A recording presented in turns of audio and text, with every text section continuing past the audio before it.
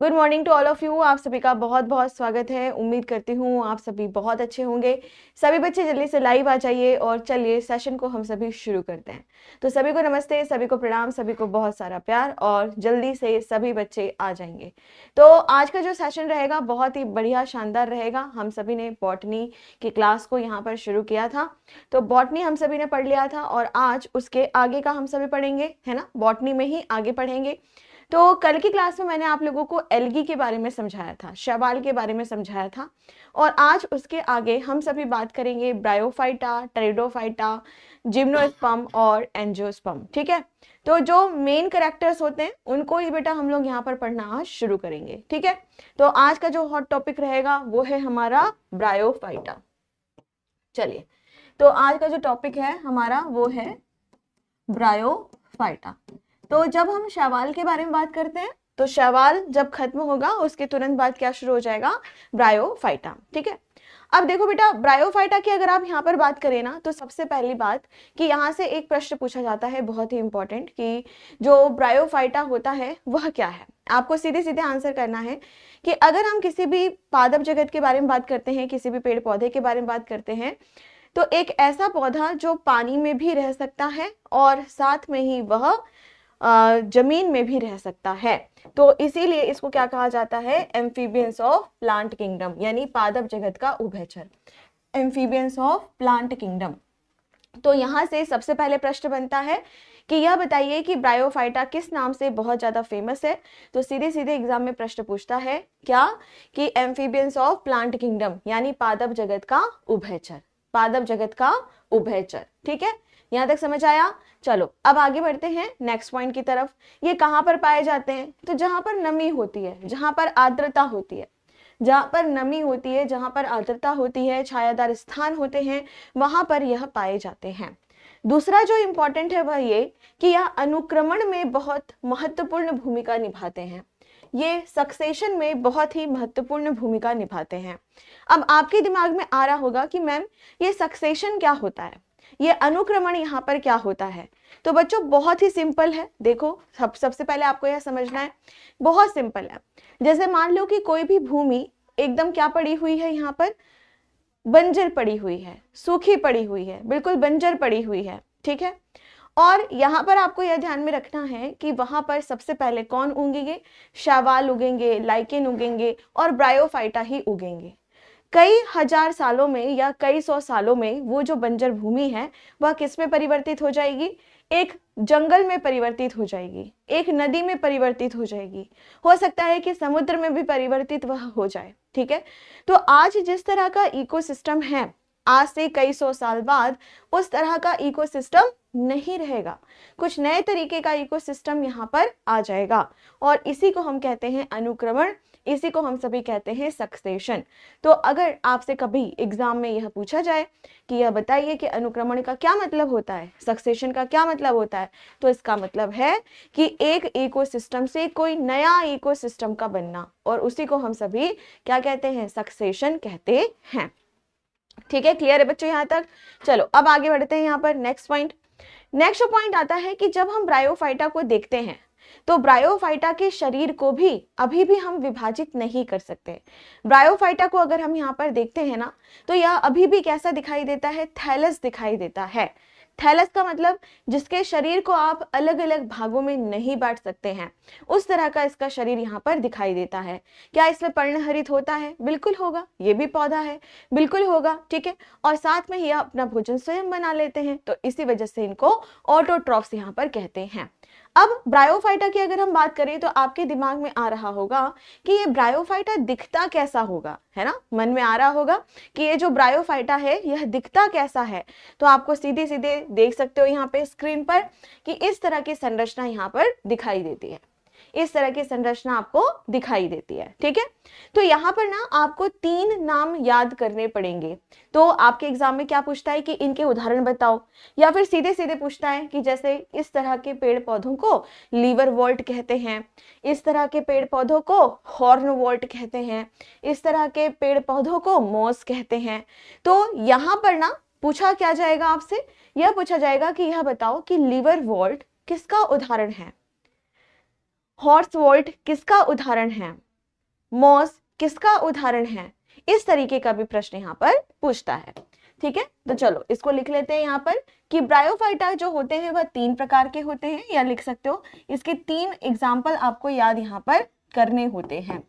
सबसे पहले आता है यहाँ पे लीवरवॉल्ट, ओके। दूसरे नंबर पर आता है यहाँ पर हॉर्नवॉल्ट, और तीसरे नंबर पर आता है यहाँ पर मॉस। क्या आता है? मॉस।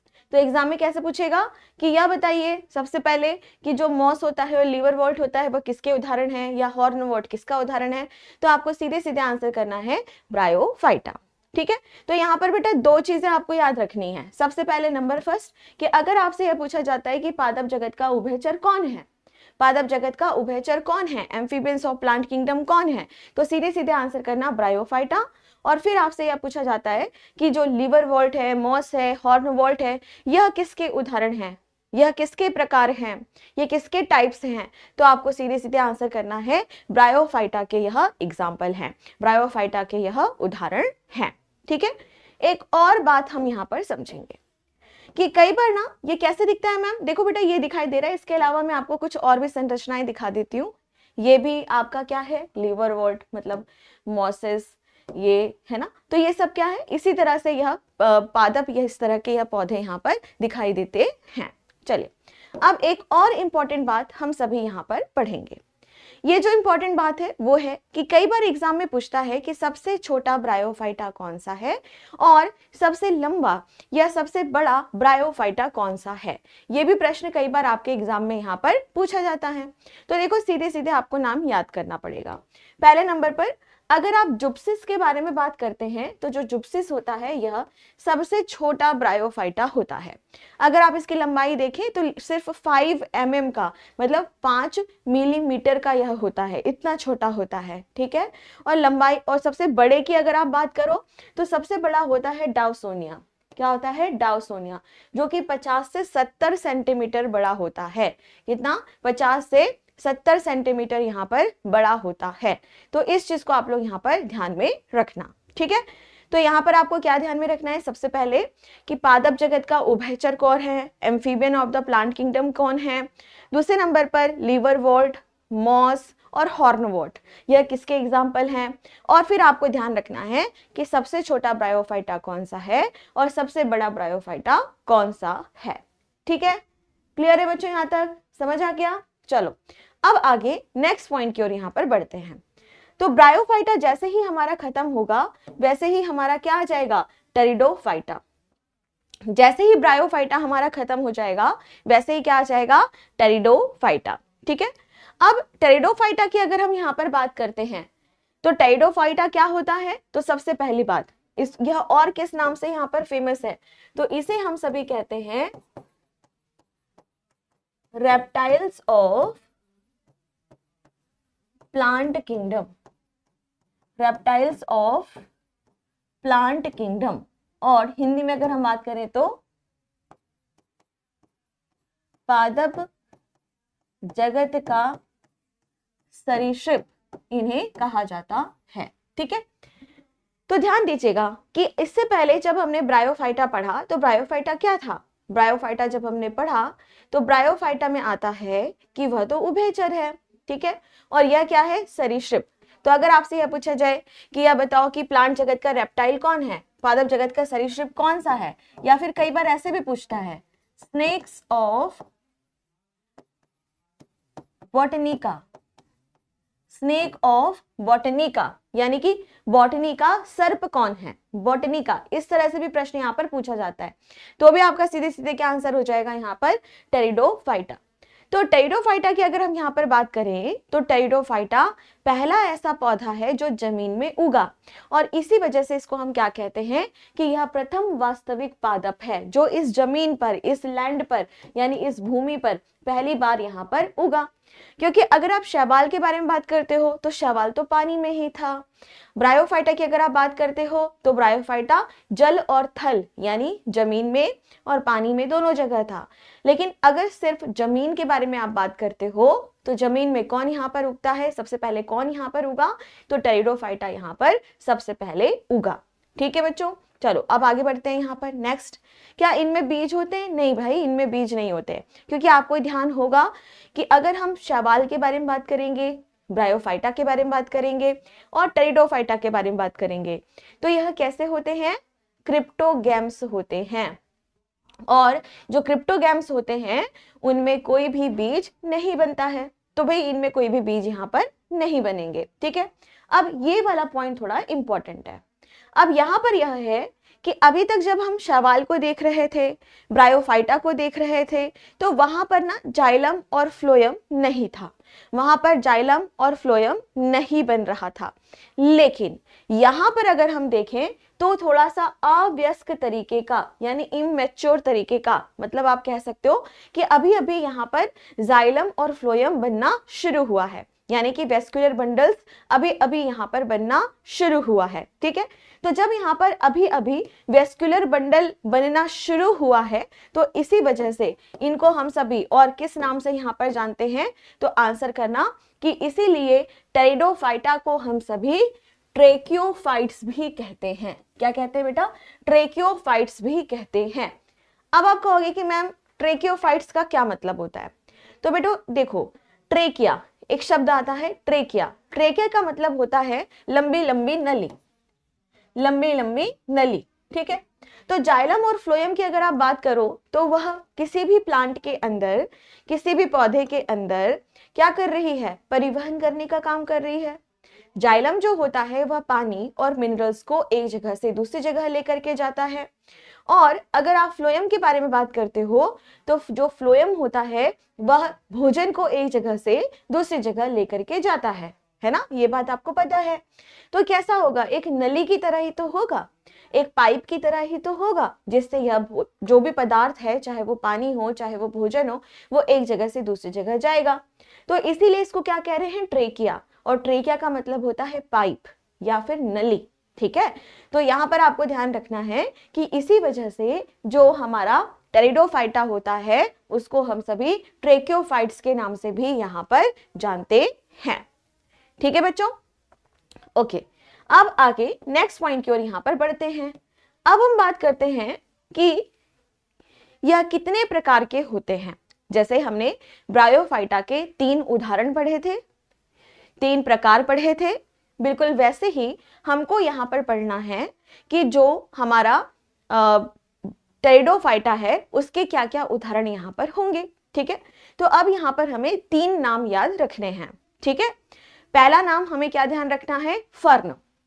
पहला क्या नाम रखना है यहाँ पर हमें? फर्न। ठीक है, और फर्न की अगर आप बात करो तो फर्न कुछ इस तरह से दिखाई देता है। दूसरे नंबर पर बात आती है यहाँ पर हॉर्सटेल, और हॉर्सटेल की अगर आप यहाँ पर बात करो तो यह देखो घोड़े की पूंछ की तरह दिख रहा है ना, तो इसी वजह से इसका नाम पड़ा है हॉर्सटेल। ठीक है, और तीसरे नंबर पर यह आता है हमारा लाइकोफाइट्स, जिसको हम लाइकोपोर्स भी कह देते हैं, लाइकोफाइट्स। ठीक है, तो अगर आप यहाँ पर बात करते हो लाइकोफाइट्स, ये लाइकोफाइटा, इनके बारे में, तो ये तीनों के तीनों नाम आपको यहाँ पर याद करने पड़ेंगे, और यह टेरिडोफाइटा के उदाहरण हैं। ये 3 प्रकार के होते हैं। ठीक है, तो बच्चों आपको क्या समझ आया? यहाँ पे उदाहरण के ऊपर ना काफी ज्यादा प्रश्न पूछा जाता है, जैसे कि नंबर फर्स्ट, पहले नंबर पर ब्रायोफाइटा के उदाहरण बताओ, 3 प्रकार बताओ। तो वो क्या था? हॉर्नवॉर्ट, लीवरवॉर्ट और मॉस। ऐसे पूछेगा कि जो टेरिडोफाइटा है उसके उदाहरण बताओ, तो आपको क्या आंसर करना है? यहाँ पर पहले नंबर पर हमारा आ जाएगा फर्न, दूसरे नंबर पर आ जाएगा हॉर्सटेल, और तीसरे नंबर पर आ जाएगा लाइकोफाइटा। ठीक है, तो अब बेटा इसमें आपको क्या क्या चीजें याद करनी है, चलो मैं आपको बताती हूँ जो इंपॉर्टेंट है, जहां से प्रश्न आपका पूछता है। ठीक है, सबसे पहले आपसे यह पूछा जाएगा कि वनस्पति विज्ञान में पादप जगत में रेप्टाइल्स किसे कहा जाता है? पादप जगत का सरीसृप यानी जो reptiles of the plant kingdom किसे यहाँ पर कहा जाता है? और आपको सीधे सीधे आंसर करना है कि टेरिडोफाइटा को कहते हैं। फिर आपसे दूसरा प्रश्न पूछेगा कि भूमि में उगने वाला पहला पौधा कौन सा है, और आपको सीधे सीधे आंसर करना है टेरिडोफाइटा। ठीक है, फिर आपसे पूछेगा कि अगर हम बात करते हैं ट्रेकियोफाइट्स के बारे में, तो ट्रेकियोफाइट्स किसे कहा जाता है? तो टेरिडोफाइटा को ही ट्रेक्योफाइट्स कहा जाता है, क्योंकि यहाँ पर थोड़ा थोड़ा सा जाइलम और फ्लोएम बनना शुरू हो जाता है। ठीक है, फिर आपसे पूछेगा कि इसके प्रकार बताइए, इसके एग्जाम्पल्स यहाँ पर बताइए। तो आपको आंसर करना है पहले नंबर पर फर्न, दूसरे नंबर पर हॉर्सटेल और तीसरे नंबर पर लाइकोफाइट्स। ठीक है, बस आपको इतना ही यहाँ पर ध्यान रखना है। ठीक है बच्चों, समझ आया यहाँ तक? चलो, और अब जो हमारा क्रिप्टोगैम्स था वो खत्म। तो आपको याद होगा ना कि जब मैंने प्लांट के बारे में बात की थी तो क्रिप्टोगैम्स में कौन कौन थे? शैवाल, ब्रायोफाइटा एंड टेरिडोफाइटा। अब हम बात करेंगे फेनेरोगैम्स के बारे में। फेनेरोगैम्स कौन थे? जिनमें बीज बनते हैं, जिनमें सीड बनता है, और वह दो तरीके के थे। पहला होता था यहाँ पर जिम्नोस्पर्म और दूसरा होता था एंजियोस्पर्म। ठीक है, तो चलो अब हम यहाँ पर शुरुआत करेंगे किससे? जिम्नोस्पर्म से हम सभी यहाँ पर शुरुआत करेंगे। ठीक है, चलो बच्चों, तो अब हम यहाँ पर बात करते हैं जिम्नोस्पर्म्स के बारे में। तो बेटा जब हम जिम्नोस्पर्म्स के बारे में बात करते हैं ना, तो यहाँ पर इसको हिंदी में कहा जाता है अनावृत बीजी। क्या कहा जाता है इनको यहाँ पर? अनावृत बीजी। ठीक है, अब अनावृत बीजी की अगर आप यहाँ पर बात करते हैं तो जो अनावृत बीजी है वह क्या है? तो चलो समझते हैं। मान लो हमारे पास एक बीज है, ठीक है, और जो बीज होता है उसके ऊपर एक आवरण का होना जरूरी है। क्या? एक आवरण का होना जरूरी है। ठीक है, जो बीज होता है उसके ऊपर एक आवरण होना जरूरी होता है। लेकिन जब हम बात करते हैं अनावृत बीजी के बारे में, जब हम बात करते हैं एंजियोस्पर्म्स के बारे में, तो यहाँ पर आप जो बीज देखोगे, बीज के ऊपर कोई भी आवरण नहीं पाया जाता है। बीज के ऊपर कोई भी आवरण नहीं पाया जाता है। तो ये मान लो कि एक बीज है और बीज ने यहाँ पर कपड़े नहीं पहने हुए हैं, आवरण उसके ऊपर नहीं है, और इसी वजह से हम इसे क्या कहते हैं? नग्न बीजी। कि भाई इसने कपड़े नहीं पहने, ये कैसा है? नंगू पंगू है, मतलब इसने कपड़े नहीं पहने, नग्न बीजी। ठीक है, तो ध्यान रखना है यहाँ पर कि जो अनावृत बीजी होते हैं इन्हीं को ही हम सभी नग्न बीजी के नाम से भी जानते हैं। यानी कि इनके जो सीड्स होते हैं वह कैसे होते हैं? नेकेड होते हैं, यानी इनके पास आप देखोगे कि कोई भी आवरण नहीं होता है। ठीक है, दूसरे नंबर पर आपको ध्यान रखना है कि जब हम इन नग्न बीजी को देखते हैं तो इनके बीज के ऊपर कोई भी आवरण नहीं है और इनमें कभी भी बेटा फ्लावर नहीं बनते हैं, कभी भी इनमें पुष्प नहीं खिलते हैं। तो अगर आप इन्हें देखें तो इस तरह के जो पेड़ पौधे होते हैं इनमें कभी भी यहाँ पर आप देखेंगे कि पुष्प नहीं उगते हैं। ठीक है, फूल यहाँ पर नहीं खिलते हैं। ठीक है, अब ध्यान रखेंगे आगे कि जब फूल नहीं है तो इनके पास कोई ओवरी भी नहीं होती होगी, है ना?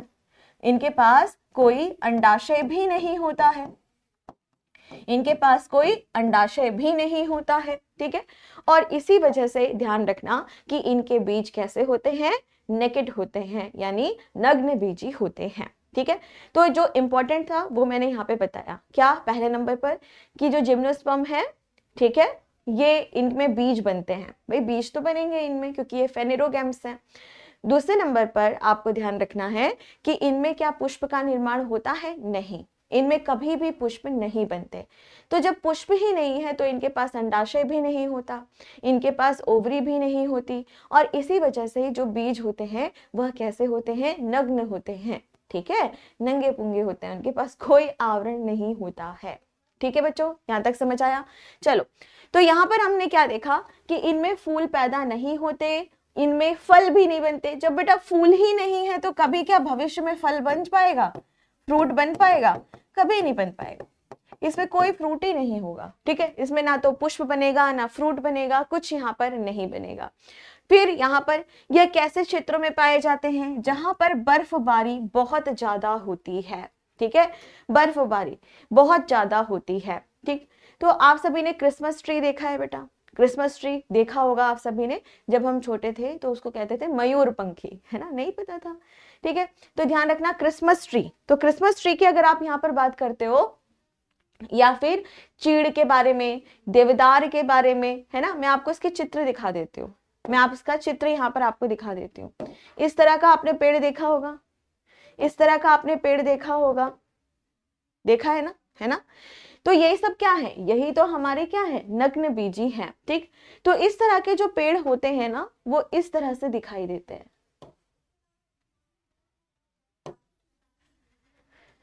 ठीक है, तो इनको कहते हैं शंकु की आकृति का, कोनिकल यानी त्रिभुज की आकृति का। तो शंकुधारी पेड़ इन्हीं को कहा जाता है। ये कहाँ पर होंगे, जहां पर बर्फबारी बहुत ज्यादा होती है। इनकी पत्तियां जो होती हैं वो बिल्कुल निडिल की तरह होती हैं, यानी सुई की आकृति की होती हैं। 12 मासी, 12 मासी मतलब यह पेरेनियल होते हैं, मतलब 12 महीने एक जैसे ही दिखते हैं, साल के 12 महीने यह एक जैसे यहाँ पर दिखते हैं। वुडी होते हैं, कैसे होते हैं, यह वुडी होते हैं। वुडी का मतलब होता है काष्ठीय, जिनसे लकड़ी मिलती है। तो जैसे फर्नीचर के लिए अगर आपको लकड़ी चाहिए, टेबल बनाने के लिए, चेयर बनाने के लिए, दरवाजा बनाने के लिए, इसके अलावा जो म्यूजिकल इंस्ट्रूमेंट्स होते हैं जैसे कि तबला, जैसे कि पखावज, जैसे कि ढोलक, जैसे कि वायलिन, हारमोनियम, ये सब बनाने के लिए, गिटार, ये सब बनाने के लिए लकड़ी का इस्तेमाल किया जाता है। तो उस लकड़ी की अगर हम बात करें तो वो लकड़ी किससे मिलती है, तो आंसर करना कि इन्हीं जिम्नोस्पर्म से ही वह लकड़ी यहाँ पर मिलती है। ठीक है, क्या इनके पास फूल नहीं होता, तो इनके पास ओवरी भी नहीं होगी, स्टाइल नहीं होगा, वर्तिका नहीं होगा, कुछ नहीं होगा। तो हमें इस पे फोकस ही नहीं करना है, हमें यहाँ पे फोकस करना है कि इनके पास पुष्प नहीं बनते हैं।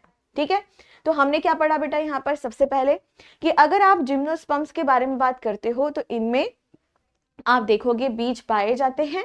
और दूसरी अगर हम यहाँ पर बात करते हैं तो इनको हम सभी अनावृत बीजी, नग्न बीजी कहते हैं। बीज के ऊपर कोई भी आवरण यहाँ पर नहीं पाया जाता है।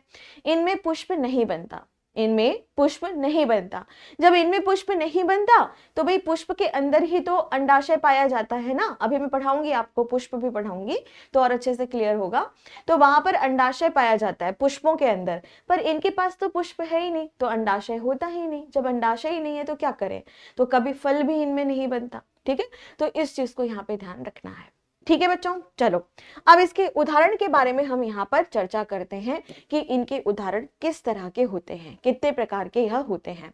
तो प्यारे बच्चों यहाँ पर ध्यान रखना कि यह 4 प्रकार में बटे हुए होते हैं, 4 प्रकार में यह बटे हुए होते हैं। ठीक है, तो सबसे पहले होता है कोनीफर, यानी कि जिनको हम सभी कोनीफेरोफाइटा के नाम से यहाँ पर जानते हैं। तो यहाँ पर आपको ध्यान रखना है कि जो कोनीफेरोफाइटा है वह कैसे दिखाई देता है, ऐसे ऐसे दिखाई देता है। ठीक है, इसके बाद नेक्स्ट आपसे कहा जाएगा यहाँ पे साइकोफाइटा। ठीक है, तो वह कैसे दिखाई देगा, कुछ इस तरह का दिखाई देगा। ठीक है, ये क्या दिखाई दे रहा है आपको यहाँ पर, साइकिडोफाइटा। इसके अलावा तीसरे नंबर पर क्या आता है यहाँ पर, जिंकोफाइटा।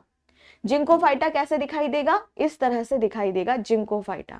आपने देखा होगा कि जो शाहरुख खान की पिक्चर में दिखाते हैं, यहाँ से दौड़ते हुए चला आ रहा है हीरोइन से मिलने के लिए, है ना, और वो हीरोइन जो है वो हवा में साड़ी लहरा रही है, तो ये क्या है, जिंकोफाइटा। ठीक है, तो यहाँ पर अगर आप देखते हो तो इनमें ना पुष्प नहीं बनते, इनकी पत्तियां ही बड़ी कलरफुल होती है। वैसे अगर आप देखो तो जैसे अरुणाचल प्रदेश है, मेघालय है, सिक्किम है, इधर भी अगर आप जाओ तो यहाँ पर भी ये जिंकोफाइट्स आजकल बहुत सुंदर सुंदर होने लगे हैं। ठीक है, पिंक कलर के, पर्पल कलर की पत्तियां दिखाई देती है, बहुत खूबसूरत। ठीक है, नॉर्थ ईस्ट की तरफ अगर आप जाते हो तो बहुत सुंदर सुंदर दिखाई देती है। चलो उसके बाद आता है आपका यहाँ पर नेक्स्ट जिनोफाइटा। जिनोफाइटा तो कई बार कुछ ऐसी भी प्रजाति होती है जो मरुस्थल में उगती है। कहाँ पे उगती है, मरुस्थल में उगती है। तो मरुस्थल में उग रही है तो उसे हम सभी क्या कहते हैं, तो सीधे सीधे यहाँ पर आंसर करना कि ये क्या है, जिनोफाइटा। ठीक है, तो इसके 4 प्रकार आपको यहाँ पर देखने के लिए मिलते हैं। ठीक है, क्लियर है बच्चों, तो आप देख पा रहे हो, देखो देखो। और इनकी ना जो निशानी होती है ना बेटा, ठीक है, वह क्या होती है, ये जो कोन्स होते हैं, ये जो शंकु होते हैं, कोनिफर्स की निशानी यह होती है। ठीक है, शंकुधारी पेड़ों की यह निशानी होती है। तो अगर आप शिमला चले जाओ, मतलब हिमाचल प्रदेश चले जाओ, उत्तराखंड चले जाओ, कश्मीर चले जाओ, तो वहां पर अगर आप देखो ना तो बहुत शानदार तरीके से इस तरीके से आपको क्या दिखाई देगा, कोनिफर्स दिखाई देते हैं। इनको ये जब टूट के गिर जाते हैं ना तो इनको कलर वलर करके, गोल्डन सिल्वर कलर करके घर में सजा करके भी रखते हैं, बहुत सुंदर यह दिखता है। चलो हो गया। चलिए अब आगे नेक्स्ट पॉइंट की ओर यहाँ पर बढ़ते हैं। अब एक पॉइंट और यहाँ पर आपको ध्यान रखना पड़ेगा कि यहाँ पर जब मैंने आपको बताया कि जो नग्न बीजी होते हैं ना, ये अपना परागण भी करते हैं, मतलब जो इनका बीज होता है उसको एक जगह से दूसरी जगह लेकर के जाते हैं, किसके माध्यम से? विंड पॉलिनेशन के माध्यम से। तो इनमें ना वायु परागण बहुत ज्यादा होता है, वायु परागण बहुत ज्यादा होता है। तो अगर आपसे कभी यह पूछा जाए कि यह अपने बीज को कैसे एक जगह से दूसरी जगह भेजते हैं, तो जिस हवा के माध्यम से, क्या? हवा के माध्यम से, ठीक है। तो इस चीज को ध्यान रखेंगे। चलो अब आगे नेक्स्ट पॉइंट की ओर बढ़ते हैं। तो ये जो हमारा जिम्नोस्पर्म्स था यह खत्म हो गया है, और अब हम सभी यहाँ पर बात करेंगे किसके बारे में? एंजियोस्पर्म्स के बारे में हम सभी यहाँ पर बात करेंगे। चलो एंजियोस्पर्म्स, अनावृत बीजी, ठीक है। ओके, तो सबसे पहले नंबर पर नहीं बेटा जलकुंभी यहाँ पर नहीं आएगा। Ma'am CDS crash course purchase करूं या फिर नहीं करें, सजेस्ट करिए। बेटा आपकी मर्जी है, बाकी जो आपको यहाँ पे पढ़ाया गया है वही वहां पर पढ़ाया जा रहा है, पर क्वेश्चन आंसर्स भी मैं करवाऊंगी। तो क्वेश्चन आंसर्स के लिए काम कर सकते हैं कि मैं आपको यहाँ पर क्वेश्चन आंसर्स तो करवाऊंगी ही अभी जैसे ही हमारा खत्म हो जाएगा, या फिर मैं आपको पीडीएफ वगैरह क्वेश्चन आंसर्स की फाइल वगैरह तो दूंगी ही। तो अगर आप लाइव क्लास करने में इंटरेस्टेड हो कि क्वेश्चन आंसर्स भी मैं लाइव करना चाहता हूँ, तो आप वो वाला खरीद सकते हैं। बाकी यहाँ पर अगर आप देखो तो यहाँ पर है, सफिशिएंट है, आपका फाउंडेशन बैच है ना बेटा, तो आपका सफिशिएंट है यहाँ पर, ठीक है। चलो तो आगे बढ़ते हैं यहाँ पर नेक्स्ट चलिए अब हम यहाँ पर नेक्स्ट पॉइंट की ओर बढ़ते हैं। बेटा अभी कमेंट में ज्यादा नहीं देख रही हूँ, सभी पढ़ाई पे ध्यान दो, उसके बाद जैसे ही हमारी क्लास खत्म होगी मैं सबसे बात करूंगी, ठीक है, तो परेशान मत हो। तो अब हम यहाँ पर बात करते हैं आवृत्त बीजी। आवृत्त बीजी का मतलब होता है यहाँ पर एंजियोस्पर्म्स। क्या मतलब है इसका? यहाँ पर एंजियोस्पर्म्स, और इसमें फ्लावर आते हैं। आपने देखा होगा कि अभी तक जितने भी हमने यहाँ पर पढ़ा उनमें किसी में भी फ्लावर आया था? नहीं, किसी में भी फ्लावर यहाँ पर नहीं आया था, ठीक है। लेकिन अगर आप यहाँ पर बात करते हो पुष्पधारी पौधे किन्हें कहा जाता है? एंजियोस्पर्म्स को ही यहाँ पर कहा जाता है। तो एंजियोस्पर्म्स की अगर आप बात करो तो एंजियोस्पर्म में ही पुष्प बनते हैं, इसी में ही फूल बनते हैं। अभी तक जितना भी मैंने यहाँ पर आपको पढ़ाया किसी में भी पुष्प नहीं बन रहे थे, ठीक है। तो जिम्नोस्पर्म जो हमने इससे पहले पढ़ा, अनावृत बीजी जो हमने इससे पहले पढ़ा, उसमें बीज तो बन रहा था, बीज इसमें भी बनेगा, लेकिन उसमें पुष्प नहीं उग रहे थे, लेकिन यहाँ पर पुष्प बनेंगे, ठीक है। तो चलो पहले इसके कुछ प्रमुख लक्षणों को पढ़ लेते हैं और देन उसके बाद आगे बढ़ते हैं, ठीक है। आवृत्त बीजी की अगर हम यहाँ पर बात करते हैं और जिम्नोस्पर्म्स की अगर हम यहाँ पर बात करते हैं, तो यहाँ पर जो पेड़ पौधे होते हैं ना, चाहे वो जिम्नोस्पर्म्स हो चाहे वो हमारा एंजियोस्पर्म्स हो, वहां पर अगर आप देखो तो इनके शरीर को बहुत अच्छे से विभाजित करके हम पढ़ सकते हैं, ठीक है। जैसे अगर आप किसी आम का पेड़ ले लेते हो, आम का पेड़ जब आप लेते हो तो आप आसानी से देख सकते हो कि तना कहाँ पर है, जड़ कहाँ पर है, पत्ती कहाँ पर है, पुष्प यानी कि फूल कहाँ पर है। बहुत अच्छे तरीके से आप उसको देख सकते हो, अच्छे तरीके से आप उसको पढ़ सकते हो, है ना। तो यहाँ पर अगर आप जिम्नोस्पर्म और एंजियोस्पर्म्स यानी आवृत्त बीजी और अनावृत्त बीजी को ध्यान से देखें तो इनके अलग अलग बॉडी पार्ट्स को आप बहुत अच्छे से पढ़ सकते हो, ठीक है। आगे बढ़ते हैं नेक्स्ट कि इनमें पुष्प पाए जाते हैं। इनमें क्या पाया जाता है? फ्लावर पाया जाता है, और यही सबसे इंपॉर्टेंट इनको बनाता है, ठीक है।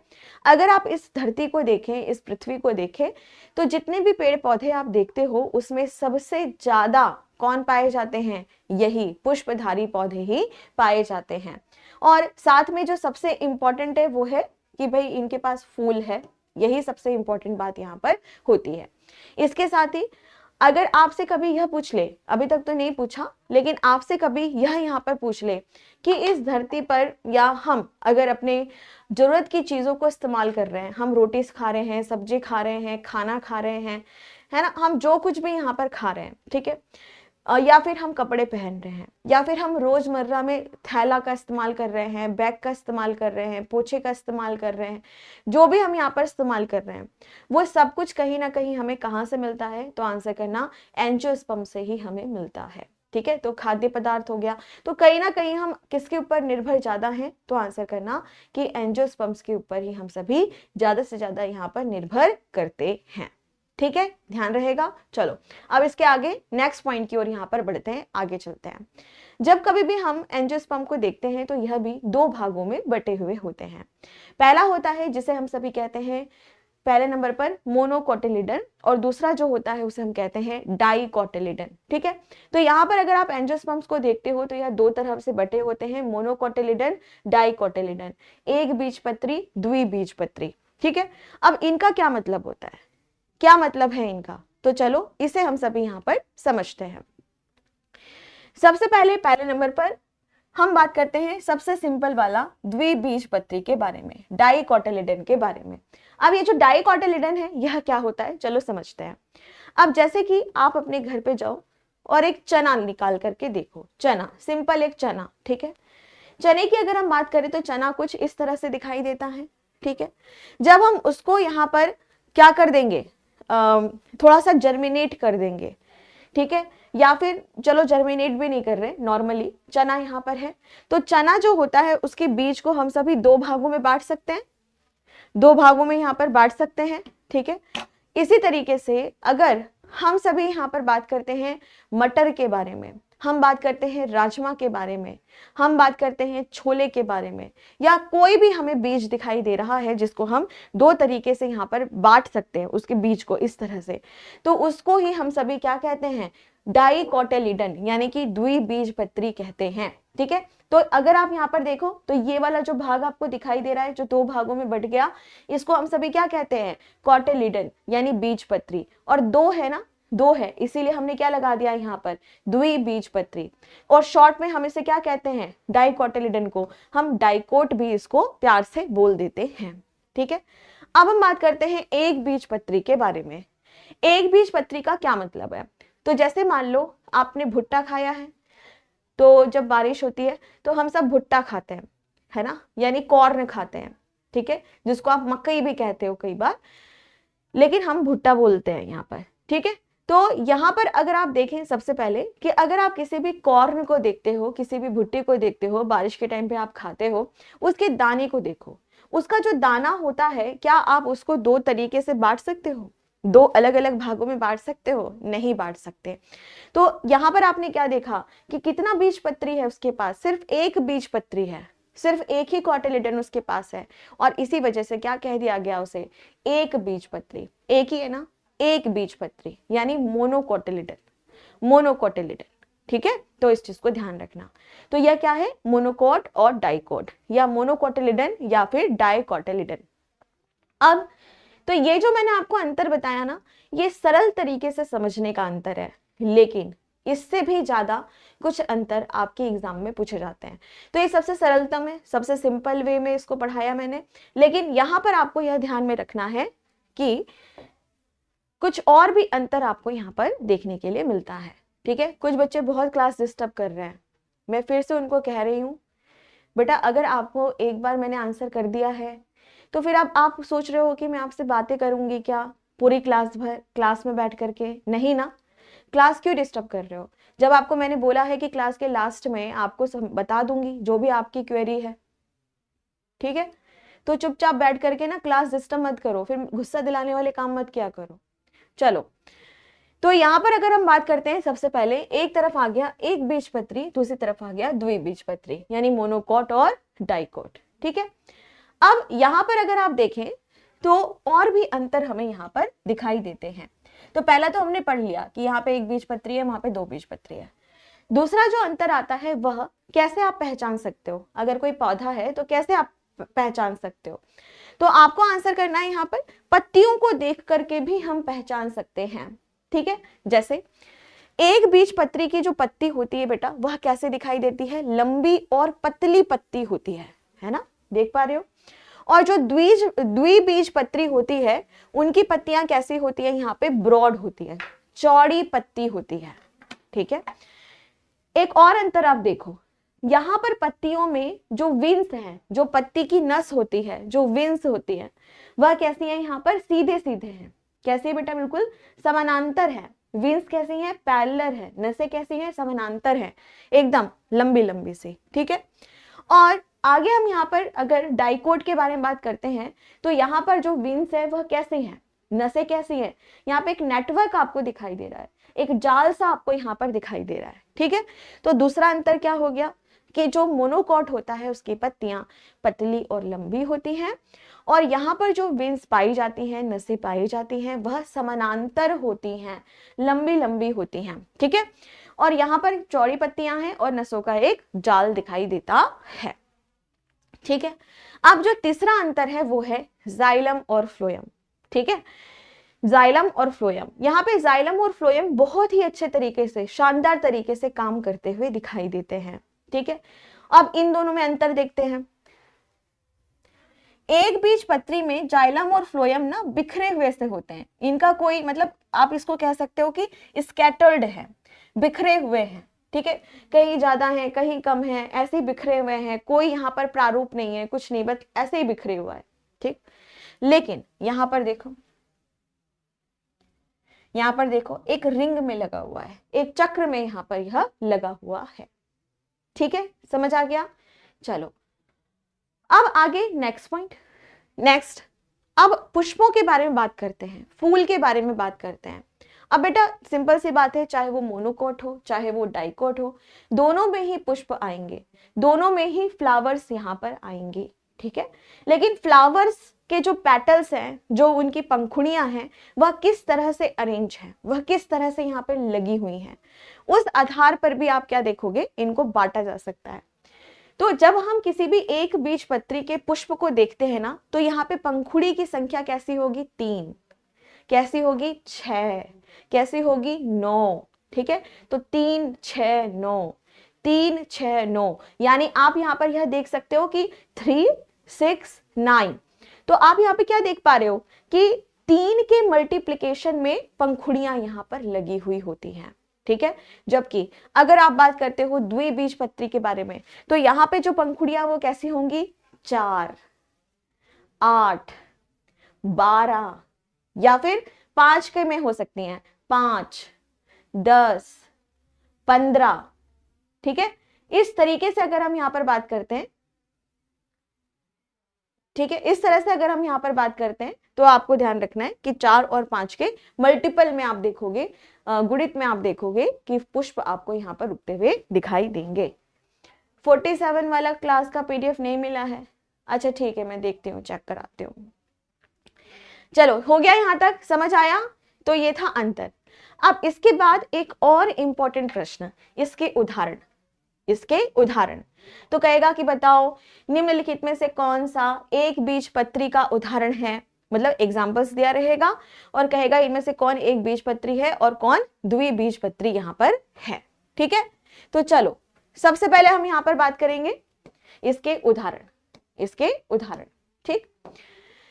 तो एक बीजपत्री का उदाहरण है गेहूं, मक्का, ज्वार बाजरा, लिली, गन्ना, केला, प्याज, अदरक, ताड़, बांस, चावल। ये सब किसके एग्जाम्पल्स हैं बेटा, मोनोकॉट के एग्जाम्पल्स हैं, ठीक है। इतना ही आप याद रखना, ठीक है। जबकि दूसरी तरफ अगर आप देखते हो द्विबीजपत्री, तो जो द्विबीजपत्री आपको यहाँ पर दिखाई दे रहा है उसमें क्या है, सेब, आम, मूंगफली, ठीक है, संतरा, मटर, काजू, फलियां, गुलाब, ओक यानी शाहबलूत जिसको यहाँ पर कहा जाता है। अरविंद बेटा जितना मैंने यहाँ पे आपको पढ़ा रही हूँ, लिखा रही हूँ ना, अगर तुम खुद अपनी नोटबुक में लिख लोगे ना, खुद से क्लास के बाद, तो तुम्हारे सिलेक्शन को कोई नहीं रोक सकता। तो तुम मुझे डायरेक्ट मत करो कि मुझे क्या करना है क्या नहीं करना है, चुपचाप करके मुंह में ताला लगा करके और अंगूठे में ताला लगा करके पढ़ाई किया करो, ठीक है। कुछ बच्चों को मैं देखती हूँ पूरे टाइम बैठ के सिर्फ कमेंट करते हैं, ऐसा कर दीजिए, वैसा कर दीजिए, ठीक है। और एक और बच्चा कि आदित्य, बेटा आदित्य तुमसे ज्यादा मुझे पता है कि आपको क्या स्लाइड देनी है क्या स्लाइड नहीं देनी है। पढ़ाई पे फोकस कर लो आप सभी, ठीक है। क्यों गुस्सा दिलवा रहे हो। चलिए हो गया। अब यहाँ पर कुछ बच्चे कहेंगे मैम इतना सारा हम याद करें, अब कुछ बच्चे कहेंगे ना कि मैम इतना सारा याद करें, हाँ आपको करना पड़ेगा, लेकिन फिर भी अगर आप पूछो कि मैम सबसे इंपॉर्टेंट क्या क्या हो सकता है, तो बेटा ये सभी आए हुए हैं, पर और इंपॉर्टेंट क्या हो सकता है, तो जैसे यहाँ पे कॉर्न के ऊपर ज्यादातर प्रश्न पूछता है, लिली के ऊपर प्रश्न पूछता है, बनाना के ऊपर प्रश्न पूछता है, और ये जो आपका बांस है ना, बैम्बूस, इनके ऊपर, और चावल, चावल के ऊपर वैसे उतना नहीं पूछा है, गेहूं के ऊपर थोड़ा ज्यादा पूछता है। ठीक है, तो इन सभी की अगर आप यहाँ पर बात करते हो तो ये सभी के सभी क्या है, बीजपत्री। यहाँ पे मैम हम क्या याद करें, मूंगफली याद करिए, मटर याद रखिए, फलिया याद रखिए, गुलाब याद रखिए, और ओक याद रखिए।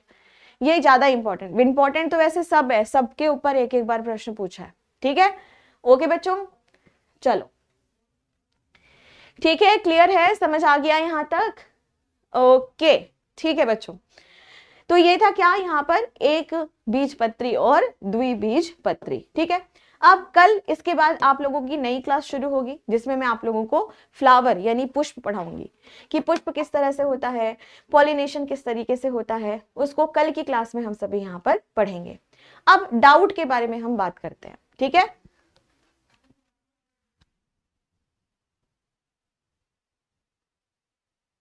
ठीक है मैम, जो आप नहीं लिखा रही हैं वो नोट ना करें क्या? बेटा तुम्हारी मर्जी है। ठीक है, इस तरह के प्रश्न क्यों पूछते हो? देखो मैं यहाँ पर आपको इसलिए कई बार नोट करने के लिए मना कर देती हूँ ताकि समय हमारा बचे। ठीक है, समय हमारा बचे इसलिए। ठीक है, नहीं तो क्या होगा, ये चलता ही रहेगा, तुम्हारा एग्जाम हो जाएगा फिर भी चलता ही रहेगी क्लास। ठीक, और हाँ मैं आपको एक बात और बता दूं बेटा, संडे को आप लोगों की एक्स्ट्रा क्लास रहेगी, तो आप सभी टाइम से पहुंच जाना। ठीक है, ओके, हाँ जी प्रदीप कुमार, हो गया है। ठीक, क्लियर है, यहाँ तक समझ आ गया है? ओके चलो मैम, ब्रेन का नहीं पढ़ना हमें, पार्ट ऑफ ब्रेन नहीं पढ़ना हमें, सौरभ पढ़ा दिया है, ब्रेन का पार्ट पढ़ा दिया है। ठीक है मैम, मैराथन कब होगी बेटा? संडे को होगी। ठीक है, क्वेश्चन आंसर्स की अगर आप बात करते हो तो जो क्वेश्चन आंसर हमारा होगा वो भी मैं आप लोगों को कराऊंगी, सुबह 11 बजे से ही रखेंगे, 11-12 को ही रखेंगे। ठीक है, बाकी डिपेंड ये करता है यहाँ पर कि कब स्टूडियो यहाँ पर फ्री रहता है। ठीक है, चलो मैम ओक की पिक दिखा दीजिए प्लीज। अरे बच्चों ये सब तो तुम गूगल भी कर सकते हो, गूगल बाबा क्यों बैठे हैं यहाँ पर कुंडली मार के, तुम लोग ये सब गूगल भी तो कर सकते हो। लो भाई देखो, कौन सा दिखा दूं पेड़ इसमें से ओक का, ये लो देखो ओक का पेड़।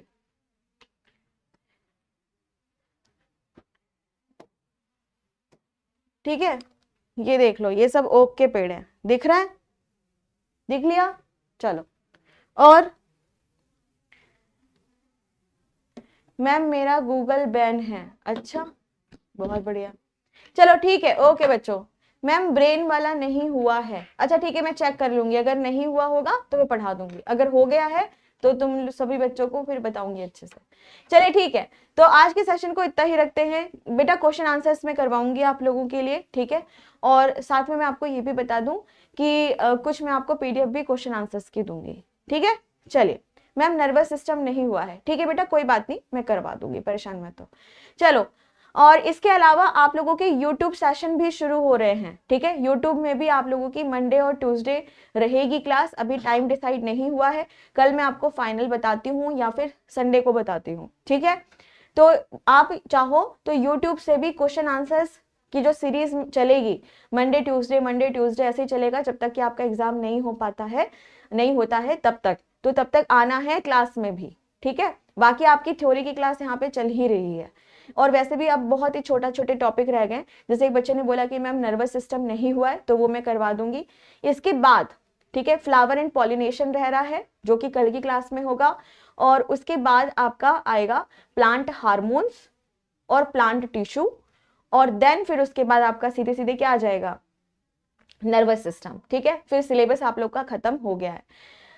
विटामिन्स वगैरह जो है, विटामिन्स वगैरह की जो क्लास है वो संडे को आप लोगों की होगी। ठीक है, और एक डिजीज चैप्टर आप लोगों का होगा। ठीक है, तो इस तरह से 4 से 5 हैं, तो 5-6 दिन भी अगर हमें मिलेंगे लाइन से तो आराम से आपका सिलेबस हो जाएगा। ठीक है, चलो आपका सिलेबस बेटा बहुत पहले ही हो जाता, लेकिन क्या है दिक्कत है कि सिर्फ 3 दिन क्लास होती है, उसमें भी 45 डेज होती है, मतलब 45 मिनट्स होती है, फिर उसमें भी बच्चे आंदोलन करने लगते हैं, है ना, तो इस वजह से फिर उसमें भी छुट्टी आ जाती है, कभी 26 जनवरी आ गया, कभी कुछ और फेस्टिवल आ गया, तो नहीं तो अभी तक तो आप लोगों का कोर्स हो गया होता। पर कोई बात नहीं, हमें 6-7 दिन और चाहिए, फिर तो आपका हो ही जाएगा कंप्लीट। ठीक है, चलो तो कल की क्लास में मिलते हैं। आप सभी तब तक अपना ख्याल रखो। Thank you so much. ठीक है, बाय बाय। जय हिंद, जय भारत।